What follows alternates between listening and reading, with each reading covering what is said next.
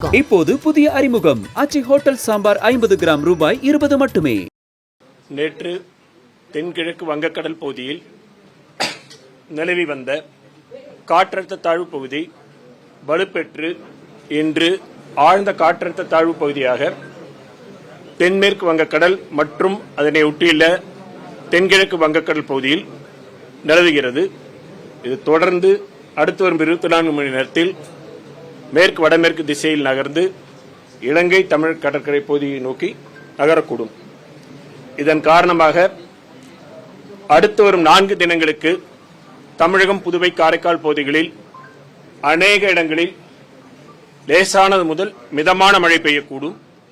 கனமழை பொறுத்தவரையில் அடுத்து வரும் 24 மணி நேரத்திற்கு கடலூர், மயிலாடுதுறை, காரைக்கால், நாகப்பட்டினம், திருவாரூர், தஞ்சாவூர் ஆகிய மாவட்டங்களில் ஓரிரு இடங்களில் கனமழைக்கான வாய்ப்பு இருக்கிறது.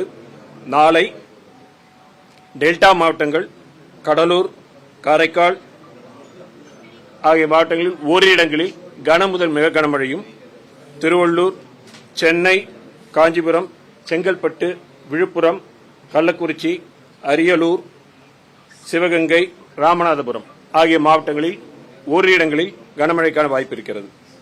இப்போது புதிய அறிமுகம் ஆச்சி ஹோட்டல் சாம்பார் 50 கிராம் ரூபாய் 20 மட்டுமே.